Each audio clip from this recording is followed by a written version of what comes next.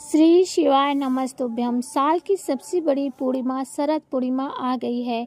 Video में जानेंगे कि किस दिन आपको व्रत करना है, पूजा का शुभ मुहूर्त, कुछ गलती नहीं करनी है व्रत उपवास करने में।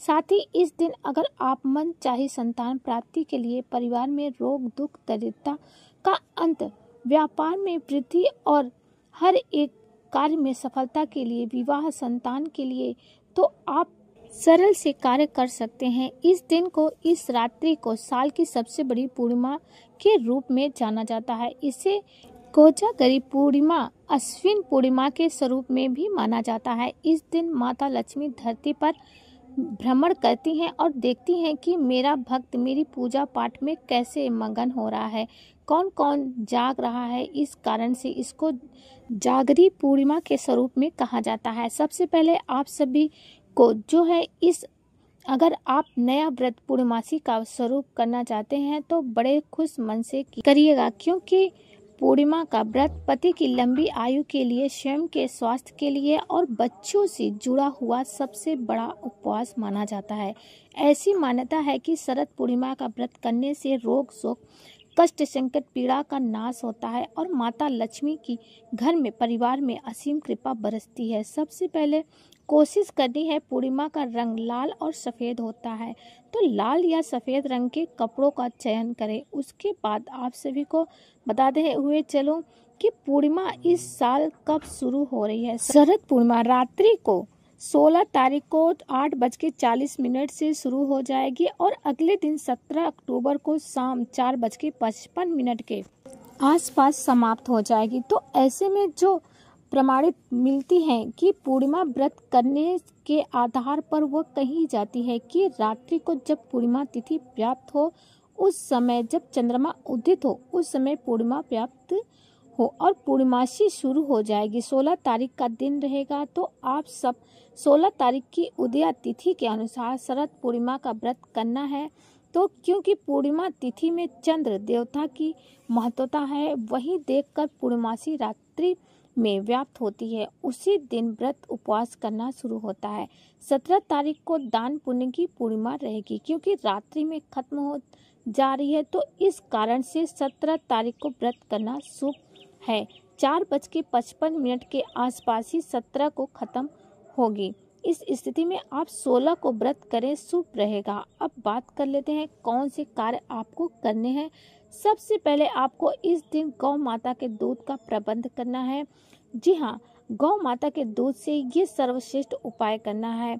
सबसे पहले आप सभी को थोड़ा सा चावल लेने हैं। यह खीर से उपाय जुड़ा हुआ है, धन लक्ष्मी में वृद्धि कराता है, साथ ही साथ रोज संकट पीड़ा से मुक्ति करता है। आप सभी को अपने घर के मंदिर में, जहाँ पर भी लड्डू गोपाल स्वरूप हैं, श्री गणेश जी महाराज जी हैं, माता लक्ष्मी हैं, वहाँ पर चाहे तो रात में करें, चाहे तो दिन में करें, इच्छा आपकी है। जो खीर का प्रथम उपाय है वो आप सुंदर अवस्था में चावल की खीर जैसे आप बनाते हैं उसी तरह से बना सकते हैं।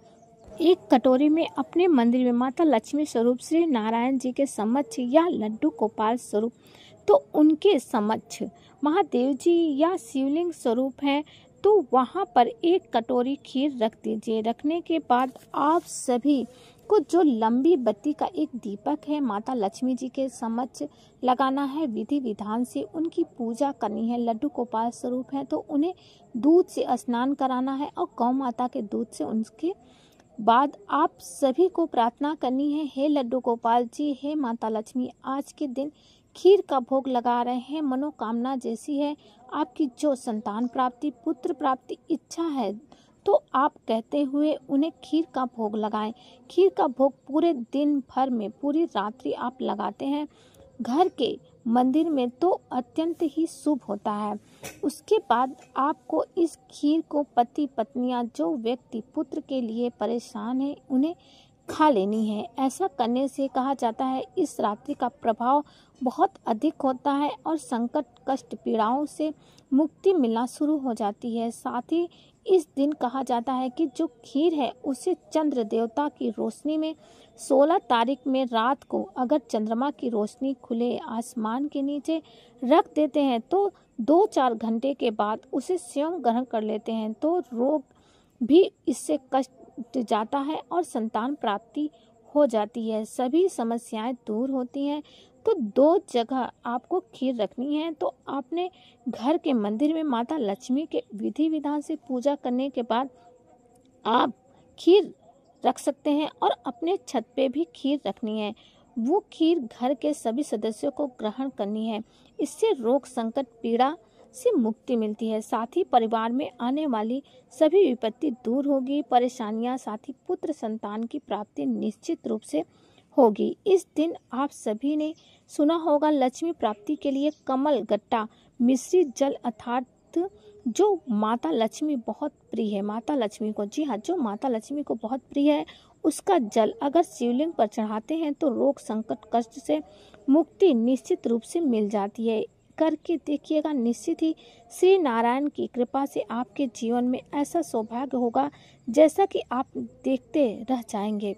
देखिएगा, संतान प्राप्ति के तहत आप अगर इस दिन से पूर्णिमा का व्रत शुरू करते हैं तो श्री नारायण जी की, माता लक्ष्मी जी की कृपा से पुत्र रत्न की प्राप्ति होगी। हे चंद्र देवता, मेरी कुंडली में रोग संकट पीड़ा का निदान हो, ऐसी आपको प्रार्थना करनी है। मैं आज से पूर्णिमा व्रत शुरू करने जा रही हूँ। इस कामना के तहत भी अगर आज से पूर्णिमासी का व्रत शुरू करते हैं तो निश्चित रूप से 23 पूर्णमासी का व्रत करने से आपको पुत्र रत्न की प्राप्ति होगी। संकल्प लेकर व्रत करना शुरू करें। संकल्प लेकर खीर का भोग लगाएं तो निश्चित रूप से आपकी कामना सिद्ध होगी। कहने में यह उपाय अपने आप में कई बार सुना होगा, छोटे छोटे से हैं परंतु इनका प्रभाव बहुत अधिक है। देखिए, मैं मनगढ़ंत उपाय आपको नहीं बताऊंगी, जो पूज्य गुरु जी द्वारा बताया गया है एवं कहे गए हैं उपाय वही आपको बता रही हूँ। साथ ही साथ पूज्य गुरु जी कहते हैं, अगर इसे पंचसूत्र महापुराण कथा में गुरु जी ने बताया है कि हर श्रृंगार का फूल, हर श्रृंगार अर्थात जिसे अलग अलग नामों से जाना जाता है, उस फूल को अगर आप वश वृद्धि के प्रयोग में लेते हैं तो आपको संतान की प्राप्ति निश्चित रूप से होगी। अगर ये पूर्णिमा के दिन भी करते हैं तो लाभ होगा। आप सभी को हर श्रृंगार का फूल लेकर आना है। नीचे से जो है नारंगी कलर का होता है और ऊपर सफ़ेद कलर का होता है। तो नारंगी स्वरूप की निकाल लेना है। किसी पत्थर में पीसकर चंदन बनाकर अगर हर श्रृंगार के फूल से चंदन बनाकर शिव का श्रृंगार करते हैं तो पुत्र विधि की आप प्राप्ति निश्चित रूप से होती ही होती है। करके देखिएगा, ये कार्य भी लाभ देगा। साथ ही साथ इस दिन आप सभी को कच्चे दूध में एक सफ़ेद फूल डालकर और थोड़ा सा दूध, सफ़ेद फूल, शक्कर जल के लोटे में डालकर चंद्र देवता को अर्घ देना है। आप सभी को यह कार्य करने से भी संतान की प्राप्ति होगी, शरीर से रोग कटेंगे, निश्चित रूप से पुत्र रत्न की प्राप्ति होगी और संतान की लंबी आयु होगी और शरीर के रोग तो कटेंगे ही। इसी के साथ आप सभी अगर संतान प्राप्ति की इच्छा रखते हैं तो इस दिन चंद्रमा से जुड़े हुए है चावल, जी हाँ, चावल के 108 चावल के दाने श्री शिवाय नमस्तुभ्यम संतानेश्वर महादेव जय कहते हुए 108 चावल के दाने शिवलिंग पर चढ़ाते हैं तो आप यकीन मानिए आपके जीवन में आने वाली विपत्ति तो कट ही जाती है। संकट, रोग और पीड़ा, दुख, दरिद्रता, धन संबंधी परेशानियां भी दूर होती हैं। ये करके देखिएगा, कार्य सरल है, छोटे से हैं तो लाभ जरूर मिलेगा। पीपल के वृक्ष की पूजा करने से भी पुत्र रत्न की प्राप्ति होती है और पितरों की कृपा होती है, माँ लक्ष्मी की कृपा होती है। थोड़ा सा दूध आप सभी को जल के लोटे में डालना है और गोल बत्ती का, एक लंबी बत्ती का, घी का दीपक बनाना है। लक्ष्मी श्री नारायण का इसका स्मरण करके और इस बड़ी पूर्णिमा का ध्यान करते हुए पीपल वृक्ष की जड़ में कच्चा दूध चढ़ाने से वंश में वृद्धि होती है। आपने गुरु जी की मुख से सुना होगा और लंबी बत्ती का दीपक लगाने से नैया पार हो जाती है। तो ये उपाय आप करते हैं तो आपको लाभ अवश्य ही मिलेगा। इस तरह की जानकारी उपयोगी है आप सभी को बताने के लिए। आप सभी को समझ आ गया होगा। आप सभी से छोटी सी प्रार्थना है, आपने अभी तक चैनल को सब्सक्राइब नहीं किया है तो प्लीज़ चैनल को सब्सक्राइब करें। आपके सब्सक्राइब की बहुत आवश्यकता है।